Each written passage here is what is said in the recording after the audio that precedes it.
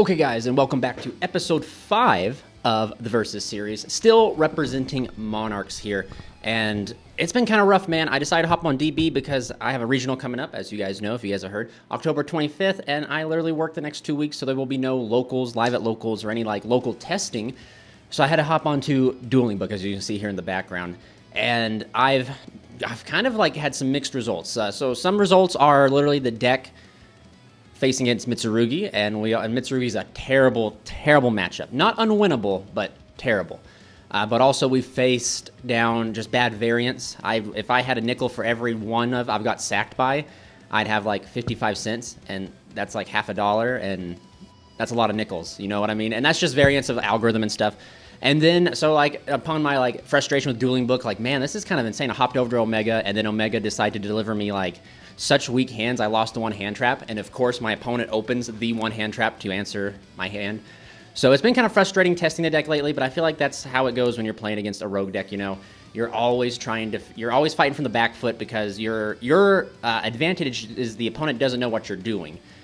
Your disadvantage is you have weaker cards, right? Or you have inconsistencies where other deck has consistencies. Because on theory, of course, if you face down like the meta, which is like Draco Tail, Yummy, and things like that, and this deck shines against those because its main win condition is domain, or one of them is domain. You can establish domain, and it puts the opponent on draw the out, which if Yummy doesn't draw the out, then you're kind of cooked.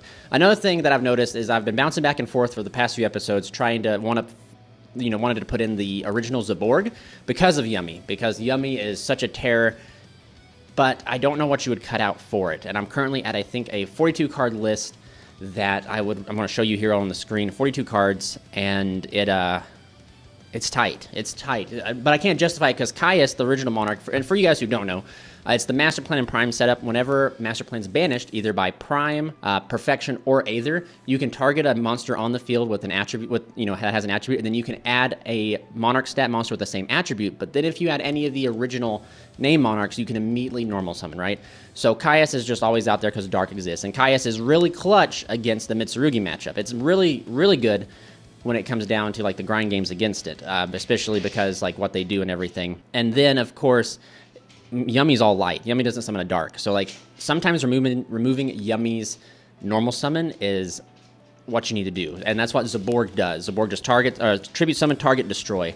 And they've been a few times in a few matches, which I don't know if we'll go over because I have tons of replays, where I literally lose the game because they are able to out my tribute summon monster by getting bigger than, my tribute summon by that minion filled spell, and then they have like 5 and they're able to attack. In that case, where if I was able to tribute summon out my Zaborg, I'm able to destroy one of their monsters.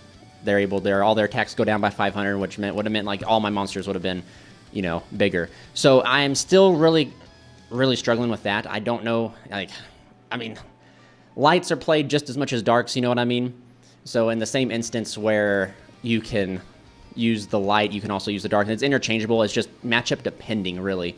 And I don't feel like Yummy is that bad of a matchup for us, just because, like I said, if we go first, we establish domain. If they don't draw the out, we win. You know what I mean? And most of the time, you should be ending your board with a tribute summon with Aether in hand, so that way when you do get hit with a hand trap, or you do get like super big monsters, you can tribute summon out and keep a bigger tribute summon out on the field and stuff like that. But it's against Mitsurugi. That's why the title of this episode is called The Struggle, The Fight. The battle against Mitsurugi is because that deck is just so horrendous for us to deal with. In my testing, I have found you have to establish Majesty's Fiend and the Perfection Trap.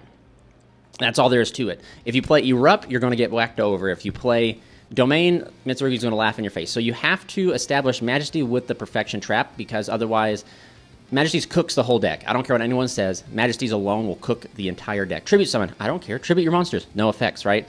But if they get access, if they hard open the ritual spell and they tribute summon from Murakumo, he's 3,200. He's huge. But that's where you need to have the trap.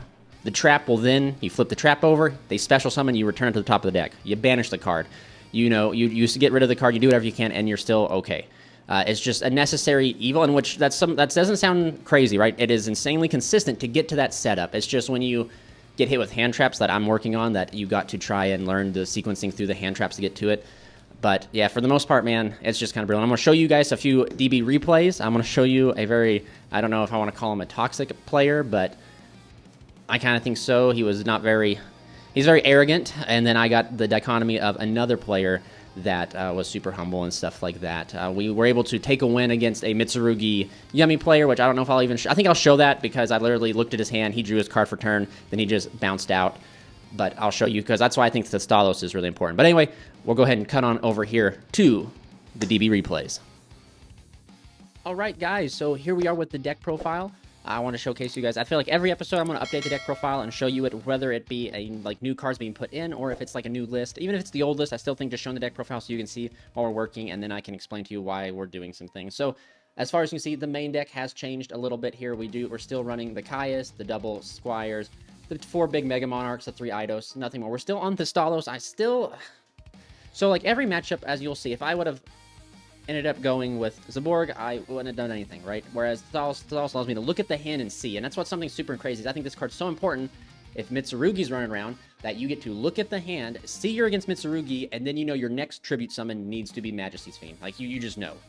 So I think this is super important, and as long as Mitsurugi exists, as long as like Mermill exists, as long as stuff, I think this card is a little bit better. I think it's interchangeable. Zaborg or the Stalos, one of the two, right? But I like seeing the hand to see I'm going against Mitsurugi, so then I know that I need to get access to Majesty's Fiend.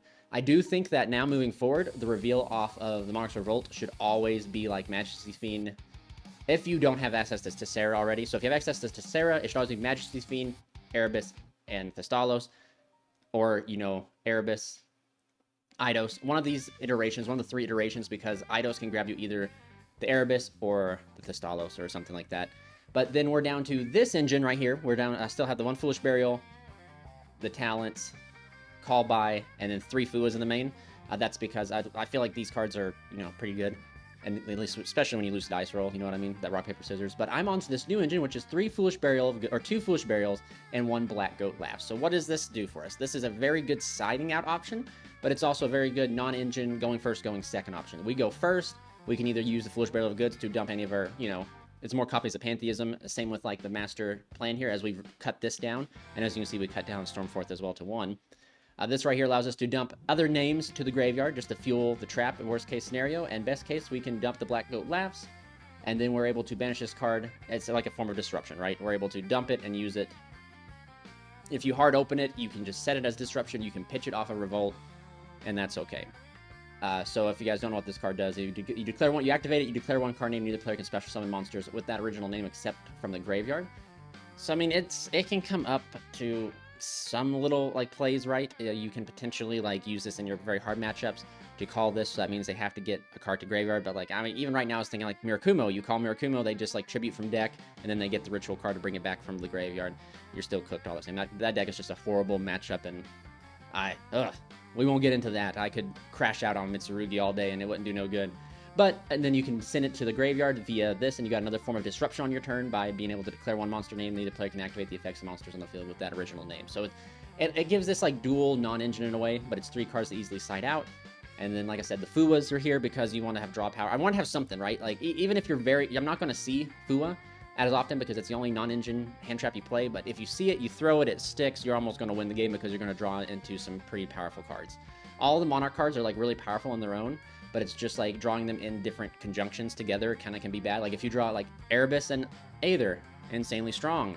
Draw them together without a tribute summon or without a Squire, they're garbage. Draw all the Squires are insane. Draw them without a tribute summon, they're garbage. Draw Pantheism without ability to get to the graveyard or use its effect, it's garbage. You know what I mean? So it's just, Fua lets you draw into better cards, essentially. It gets your hand full, stuff like that. Talents and Call By, Droll exists. I cut these cards out last night or the night before when I was testing on DB, on the DB Ladder live stream, and I regret it because Droll and you just need to have an answer, man. Even if you don't have much of anything, Droll, you can Call By. Shifter, I got Shifted in this replay you'll see here, and it's just kind of brutal to see, but for side deck, I still 1 Harpies, 2 Storms. You could definitely do 3 Lightning Storms if you want. I decided to put Spellcard Soul Exchange to the side deck again. D-Barrier, again, for Mitsurugi, mostly for Mitsurugi. and Brandon, potentially. You know, this card's just a really good card going first. I wanted to have, you know, pretty much 9 cards going second, 6 cards going first, because I feel like this deck, as Lithium has said before, that this deck feels almost, when you go first, out if you do not brick, which you can brick, that's just that's the way of the game, right? That's the way of this deck. When you have 2 card combo decks, or decks that need like 2 engines or 2 sequencings to go, if you don't see them both, you're going to brick. You know, it is what it is. But 6 going first cards in the form of Deep Barrier and Solemn Scolding. This right here is to hit the blowout cards that they're siding in, like Evenly's, Lightning Storms, etc. And you can always make this card live. You just, if you set Stormforth, you activate it, and then you just flip over the trap on their turn. And then, of course, you just activate this card frame 1, so then this card is the only card in your set, you know, down below. But, I mean, it is what it is. I've really liked this engine so far, the Black Goat Laughs, except for Black Goat got to my hand. I literally saw both traps in my opening hand. It's just bad variance. You know, you can't control the algorithm. And maybe one day I will, like, be able to get over that. But, yep, so this is it for the main and side deck. So we'll just go ahead and jump on over to the replay over here. Okay, guys. So here we are. This is against Nardison. But we will fast forward, and I will go through. I believe I lose the rock, paper, scissors, as is tradition. And my hand's not super bad. But see, we see this darn trap here. He sets 1, passes, and he ashes. Okay.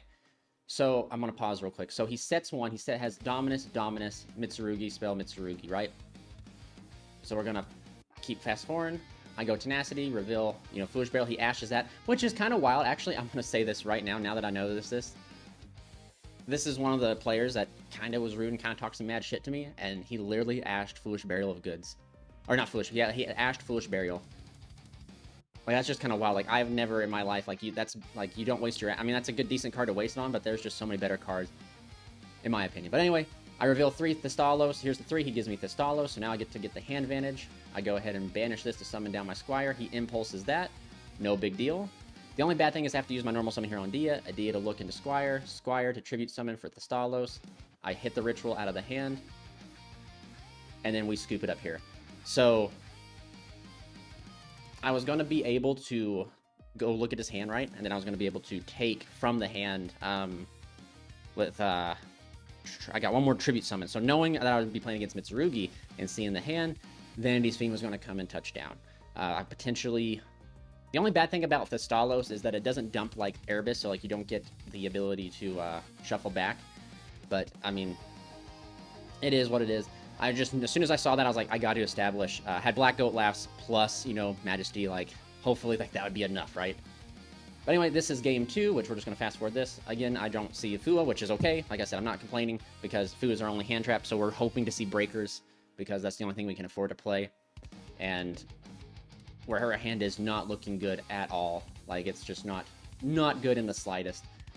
So he ends up searching out, he hard opened, I think, the Purification. I didn't see him search it. He ritual summons.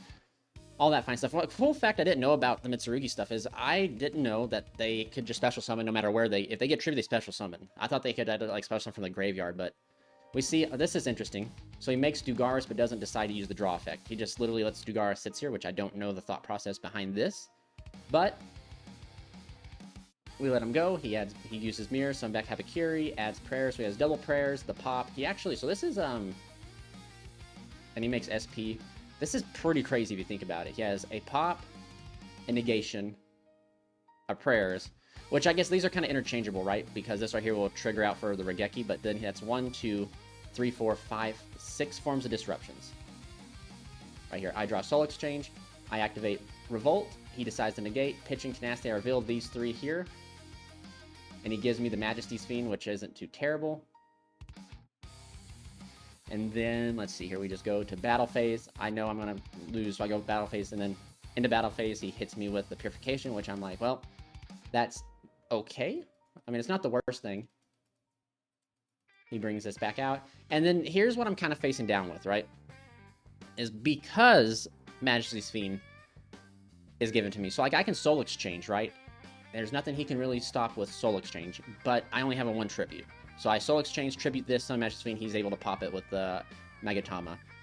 That's brutal. I've already cost my battle phase, so I can't whack over the IP. I kind of wonder if maybe if I would have, instead of revealing Majesty's Fiend, if I would have revealed like a different, like, double Erebus, because in the sense of Erebus, activate this, tribute, we go Chainlink 1, Erebus, Chainlink 2, this, Chainlink 3, you know, this can reborn.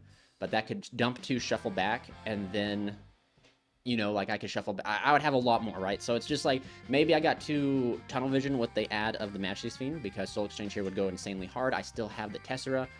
It would probably would have gotten, if I'd revealed 2 of that, he probably would have gave me the Erebus, which again, like, it would have been like super terrible, I feel like, because I could have banished, summoned out the Tessera, normal summoned the Eidos. The better line was, I think, truly revealing 3 Erebus instead of throwing the Majesty's Fiend here. Especially like looking, but he still has Ash in his hand. I mean, that's still crazy, you know what I mean? So Ash could check potentially some of my next plays. But we're just kind of cooked here. And then we just go next game. And here's what I want to show you. We go right here to frame 1. His only interruption is Shifter. Now I'm looking at my hand right here, and I literally have the ability. It's so upsetting that this happens. Like, if I got, like I said, if I had a nickel for every time I got hit by a Saki 1-of in this game, and Dueling Book, particularly Dueling Book, I'd have like 55 cents. And this would be the 55th cent right here. But without this, I know I'm playing against Mitsurugi, so I was like, okay, so I got to get to Majesty and the Trap. Period. It doesn't matter. I know what his hand is. I was like, opening Thestalos was nice because I'm like, I can also, I can see his hand and then rip out a board breaker, right? That he had used out the Majesties or something, like droplets or something like that, you know? And, or Imperm, you know what I mean? Like, put him on draw it again, right? But Shifter touches down, and that ruins the strategy. Like, I was like, great. I'm not going to be able to, I was like, what can I even do? I guess I can look and maybe, like, rip his hand apart, right? I was like, the Shifter just really kind of hurts. A lot of my stuff just says discard a card. It doesn't say have to go to graveyard, so I'm still able to resolve it, but I need my stuff in the graveyard. The only one I think that does have to go to graveyard is essentially Tessera. But anyway, I can't beat Shifter. We decide to go there. I search Domain. Domain does nothing here, but I have to get Domain to make my Tribute Summon. Pitch, reveal 3. I have to get Tessera in order to play, so I have to reveal 3 Tessera. The other 3 go to grave. Tessera, reveal Domain. Special out. Activate Domain, reduce Erebus. Tribute Summon for Erebus. Erebus, send 2. He's trying to tell me that I can't activate the effect, but Erebus doesn't send for cost, so like I can still activate effects. Underneath Shifter, they're just banished instead. And I just tell him I can't. I was like, it doesn't send for cost. If it's sent for cost, you can't activate it, right? Because cards can't. So he calls a judge, then he stops calling judge and he just tells me to go on. And at least I lose, but you can go. And I don't understand. Like, so I was very confused. I was like, is your hand that bad? Like, you're Mitsurugi. Like, how do you lose against, like, you literally shifted me, preventing me from getting to my, like, win condition against your deck. So, like, I was just confused. And he's like, I will check. So I blindly shuffle back the Mitsurugi Ritual, which was a decent hit. And then now I just go normal for turn, and I go to Thestalos, and I get to look at the hand, and he's like, come on, you lose. So that's what I was confused. Like, how do you go, I lose to you lose? Very arrogant behavior. And I'm just looking at his hand. I was like, yeah, I'm cooked, no matter what. Like, seeing, like, all these cards literally get him to the same thing. I can banish the Saji so he can't search any spell, you know, but then he can still just summon from the deck by using the Ritual. He can normal summon this, search, summon to summon for Ritual from hand. Well, I don't think he can search from hand. Sadly, I think he could just... Having access to the Ritual to summon from the deck is still just going to cook me regardless, man. And I'm like, dang. Yep, so I just I'm not a big fan of, like, DB because of this over here. Like, this is just crazy behavior. You wouldn't talk to me like that in person. You know what I mean? You're just a keyboard warrior at this point. And, like, so he even draws the Murakumo for turn. Again, like, you can't make this stuff up, man. You can't make it up. It's like, wow. So, like, I think drawing this for turn got him to a pretty crazy push, but I'm just like, I just got to sit here and hope that Domain's enough. There's not even, like, yeah, I just can't. The Shifter caused me to, what do you call it? The Shifter caused me to have to play funky, you know what I mean? But this is why Mitsurugi's a crazy matchup, because, like, they don't go to the extra deck. So, like, normally, if this was Domain was here, and it was like this, well, even with the Shifter, if this was like Yummy, you know, it wouldn't be Yummy. Yummy wouldn't be, no Yummy player would play, you know what I mean? But under the hypothetical, right? This could be enough. This is why I enjoy this deck. This is why I like this deck. It does some crazy lines, super, like, intricate sequencing, and your end board's just like this, where this would be enough. But against this, it would not be. So he just summons Murakumo, blows the board, and yeah, and I was just waiting to see for game here.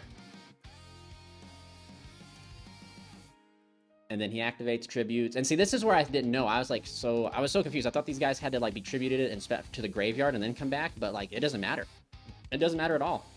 So like at first I thought like I was like, okay, but then these guys, it comes back. And then I click on it because I'm trying to read it. And then he normal summons and he's able to go battle phase. He has prayers. Prayer's an insane card, dude. I don't care what anyone says. Valid crash out. This card needs to be hit. This card needs to be put to 1 and call it good. Prayers is insane, which I guess it got a super in the next OTS, so it's likely that it will get moved down to 1 or something like that, but it's insane. And then we just go here. He ends up tributing off, and then it can come back and swings at me for the last 2,000 that he needs, and he ends up getting me here. And he searches the Magatama for follow-up, you know what I mean? And there we go. And yep, that was pretty decent. I was like... And then he says, next time play a real deck instead of this trash. And I was kind of contemplating firing up stuff. I was really... But see, this is why sometimes you gotta, like... There's no context on DB, so people are being toxic, might not be toxic. I do think this was kind of funny. Like, I was really, like, keyboarding out myself. I was like, man, telling me, like, literally don't call my deck trash when he sacked me with a 1-of, you know what I mean? If Shifter was, like, any other hand trap, like, you were cooked, you know what I mean? Potentially cooked, because I can mess up and make misplays. Or he could, like, hand trap at the right thing, depending on what the hand trap is, but, yeah. Not much more can be said. Yeah, Shifter just kind of could. It was kind of cool to see to be able to put Shifter, you know, Domain Lock under Shifter. That the deck can still do that. So, I mean, against, like, maybe another extra... But there's not a lot of extra decks that play Shifter, I don't feel like. But this is just a brutal matchup, man. Most of my losses on DB have been to this deck or a variation of this deck. So, yeah, we'll go on into the next match. All right, guys, here we are into the next match. I win RPS, and I'm looking at my hand. I have either Eidos, Revolt, Fuwas, and Squire. I really kind of like seeing Revolt and Squire in, like, the same hand, because it just kind of means if this gets hit, I can still get Tribute Fodder. But this is kind of show you, like, I need... Revolt's the only Monarch card that bridges the Monarchs and the Squires together. And that's, like, what the deck really needed. But the deck probably needs a few more cards like that, because this one card's just not enough. Given this card is literally a 3-of, you play 3 Tenacity, Pantheism. Like, you have many ways to get this card, but... Anyway... we just end up going to standby phase, main phase. Looking at his hand here, let's see what he has. He has a 60 card. That Ritual looks like Obedient School, so Yummy, like a crazy Yummy pile here.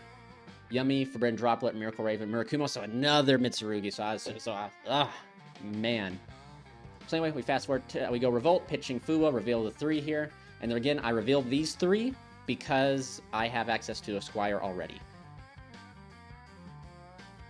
He gives me Thestalos, which I don't think giving me Thestalos is correct. I never do, because the thought, like, give me Erebus over Thestalos. I banish the Revolt, special summon down the Adia. Adia summon from the deck Tessera. Tessera to immediately normal summon Thestalos. Chainlink 1 Thestalos, Chainlink 2 Tessera, Chainlink 3 Adia. Summon out Eidos. I rip the droplets from his hand, affecting an additional normal summon. I go for Aether here, Tribute 2. Summon out this. I'm able to get the Perfection Trap now, since so exactly. So I know this is what I was talking about. So I know I'm now going to Mitsurugi, right? The trap should be able to hold enough sway in this match, even with the Obedient School and the Yummy. But now I know, since I'm playing against Mitsurugi, I have to get access. I have to get to the Majesties, but I also got to get enough names in the graveyard here. So I end up revealing 3 Tenacity. Just Tenacity, reveal, to go ahead and search. I think I search out the Master Plan, and then I just go Master Plan to dump. I just dump Return. It doesn't matter what I dump at this moment. I use the effect of Erebus. Misclick there. Erebus effect, target the Majesties. Add it pitch to add back, target Fiend, and then I just normal summon the Fiend here and set. And he ends up drawing for turn. In phase, Eidos bounces back, and he draws Magician's Soul. So he can't activate any of these effects. He has the Ritual, so, like, here's what's crazy. So he can activate he can frame 1, activate the Ritual, and then I just chain the Perfection, whatever he summons, bounce it back. Obedient School would probably be his best bet to Obedient School, and then he summons 3, use this, bounce back. And then he's going to start special summoning, but he's not going to be able to out the Fiend in the 28 as long as I have Perfection here on field. I also have 1, 2, 3, 4, 5 spells and traps in the graveyard to banish. I also have the ability to fire off the Master Plan if he summons a Dark Monster, where again, he potentially could with Prayers or the Ritual, right? So even with, like, him being able to out certain things. Like, I still have the ability to fire off this to search. This right here could search me up, you know, well, I only have YuGiOh, I guess. So if I was playing the normal Zaborg, I could do normal Zaborg and stuff, but yeah, not really much more can be said with this matchup. He ends up scooping it up after this and then just leaves the match, which I guess, like, you're playing a crazy deck that's super good, and you play against Monarchs and you potentially get cooked, and I could see some frustration. Maybe the player had something to do, I don't know. But yeah, that's just to show you how important I think the Stalos is. I think the Stalos is so important to the matchup. Again, with Mitsurugi running around in its numbers, I think that it's so important. Because against these other decks, Domain can do it, but if you don't know what you're playing against and you set up Domain Lock, you play against Mitsurugi, I mean, you're losing. You are losing that game. So I'd much rather use the Stalos, look at the hand, because you can rip their extra deck with Mega Zaborg, but if against Mitsurugi, it doesn't matter. Like, I could rip his whole 8 cards out of his extra deck, and then be like, okay, I'm playing against Yummy. Set up Domain, pass, bam, Mitsurugi pops down. Murkuma blows my board, I get cooked by, like, that type of stuff. Are you serious? No, I'd rather play the Stalos to look at the hand, to get that hand knowledge, to see what I'm playing against. And, you know, like, even, I mean, like, yeah. It's crazy. This hand is just kind of a pile. But we'll go on into the next game. All right. And here we are playing against Empty Sentinel. This is a pretty fun matchup in my opinion. So we end up drawing our first 5. Our hand's pretty good, especially opening Revolt plus an Esquire with a Tribute Summon in hand. We're sitting pretty good. He has no hand traps, but it looks like we're playing against Mr. Code-Talkers. So that's what we're playing against. So we'll just fast forward this here. It's kind of cool to see this type of deck in, like, rated, you know what I mean? It's low rated because, you know, we never play a meta deck to, like, grind it and get good at it, but we always play these fun decks, which we take some losses to. But we see, you know, just Cyverse combo, man. The Synchro is pretty cool to let you you can add a Cyverse from your graveyard to your hand, and you can, if this card's, like, uses link material, you can search an AI card. That's pretty wild. Linking from the hand is cool in the transcode. Then he goes 1 second. Firewall Pass. I don't understand. I just don't get it. I don't understand. I'm not a connoisseur of Code-Talker, so I don't know if he could have done anything better, but Firewall Pass in 2025 is wild. But we start our turn with Pantheism, pitching out the Monarch's Revolt, because I already have access to, like, everything I need, so Revolt can just give me something. I revealed him Tenacity Stormforth. I go Stormforth, activate, you know, reveal, he gives me Stormforth, tribute for YuGiOh effect. That's my normal summon for turn. I'll search out the domain. Banish to go here. Reveal Erebus to go ahead and normal summon out the Erebus. This just also shows you how much bad luck I have, because Erebus blind snipes away the AI contact instead of the Book of Eclipse. And then Nadia summons out YuGiOh effect. So that was my Tessera. Here we go. I'm going to Stalos, Chainlink 1, Chainlink 2. The Stalos is going to let me rip out that. I could have technically ripped out the Ibli. He decides the Book of Eclipse me here before battle, which is smart because he would have died. But I go end phase, I get to draw 3 cards, which you love to see. And then battle phase, well, he just wraps it up. We go into the next game where he gets to go first. And looky here. Look here, man. If it wasn't Shifter, it's Rivalry of the Warlords. I swear, man. I swear, DB needs to fix its algorithm, man, because this is ridiculous. Crazy. Given I saw my one of Stormforth, but this deck inherently can just, like, lock you because of this. Because of Ibli. So it's so wild, man. Like, and if you were part of the stream, you saw me got hit by Anti-Spell. You saw me got hit by, I think, Rivalry in the stream, too. It's just insane, man. But we persevere. A little salty, but we persevere on because it is what it is. Dotscaper coming out. Here we go. Link on off into the Code-Talker, Formant Skipper. It's still just cool to see this deck go, man. I'm happy to see a Cyverse deck that's not Malice, you know? Firewall. This is going to be a huge board. I think he U-links me, which is so crazy. Like, if this was against Yummy, and I feel like I was playing Yummy and you U-link me, like, I don't know if you can... What the play is around that, you know? But we're on Monarch, so we don't care about the extra monster zone. That's a formality for the opponent, not for us. He gets the Fusion. He gets the Spell and Trap Negate in the graveyard, which I'm aware of, so that means I gotta bait it with, like, Stormforth. But I don't think there's a way for me to out this with Rivalry, sadly. And Rivalry alone will cook me because all my Monarchs are different types. So, yeah. It's just kind of wild. Like, no matter what, this Rivalry just solos me kind of away. But that's why these Floodgates are at 1, man. It's because they do solo a lot of decks. And to me, I don't know, maybe it's just going to be the violin, you know, playing because, you know, you guys have been, if you guys have been watching episodes of the channel for a long time, I hate losing by luck. It's probably my least favorite way to lose. I'd rather lose by skill. You know what I mean? But see, looky here. We even get we get hit with the drawing of Lightning Storm to out the rivalry if we didn't have the ability. Crazy. I guess I could have crashed this, right? Because right here, if a Link monster you control with the same name during a monster you battles, you can pay 1,000 life points. Then target one Link monster you control, make it 0 attack, and if you do, gain life points equal. Well, I guess that, yeah, I could have crashed this, but even then, because this is a fairy, I couldn't have really done anything, sadly. That's where, I guess, hypothetically, playing Karaz, I think Karaz is a fairy too, that'd be kind of cool to, like, crash this. Oh, and then I just go main phase 2, Lightning Storm. Oh my gosh, I think there was a way. What's this sit right here? Side, target one face-up cards or opponent cards equal to the number of side versus monsters you control, 20 under attack, negate their effect. I think we could have played through that. Oh, goodness. Especially with this. So I think we switch this to attack. We go battle phase crash. Because 0-0, I think 0 crashes and 0-0 dies. Crash. Main phase 2, Lightning Storm. Soul Exchange, tributing off. Firewall. And, oh, he has Allied Code still. Actually, hold up. Yeah, no. He has the ability. I didn't recognize this was Allied Code. Yeah, he cooks me. He cooks me. Alright, so the game was not winnable. Alright.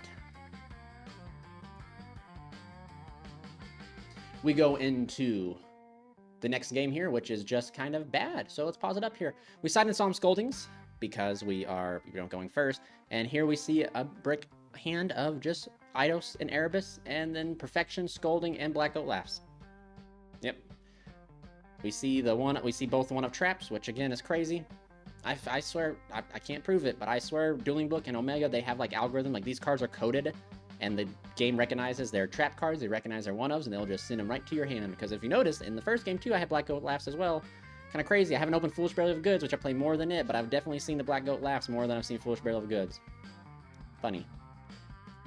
But I just have to set 2 and pass and hope it's enough. His hand isn't that great. I just call the Transco Talker, and then he normal summons here. I activate the Scolding, praying that my draw is good. My draw is not good. It's Aether. He draws a normal summon, and he is able to get off to the races here. I decide to try and chain the Black Goat Laugh to the Paralytic Seed. He should summon it here, which it doesn't matter.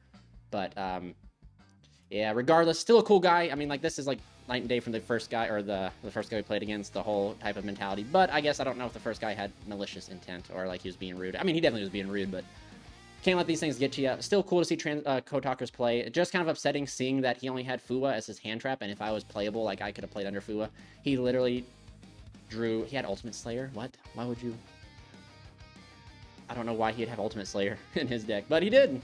So even seeing that, it's like, dang, if my deck just open playable, you know, like, it's kind of crazy. I think this deck is super consistent, and then it just sometimes it's not. And it seems to be always inconsistent in that important game 3. But there's not much more we can change to the deck to make it even more consistent, because, like I said, I think the deck is insanely consistent, but we're just... Yeah, that's all it is, yeah. But anyway, guys, that's the replays I want to show you. Really short episode today of episode 5, and I apologize. Probably next week will be even short, too. I want to do my best to try and get together and get some more games. I think next week we might grind on Omega. Stay tuned for that stream and stuff like that. But yeah, thank you guys so much for watching. Stay safe, stay healthy. This is Charles from Team COG, and we're signing out.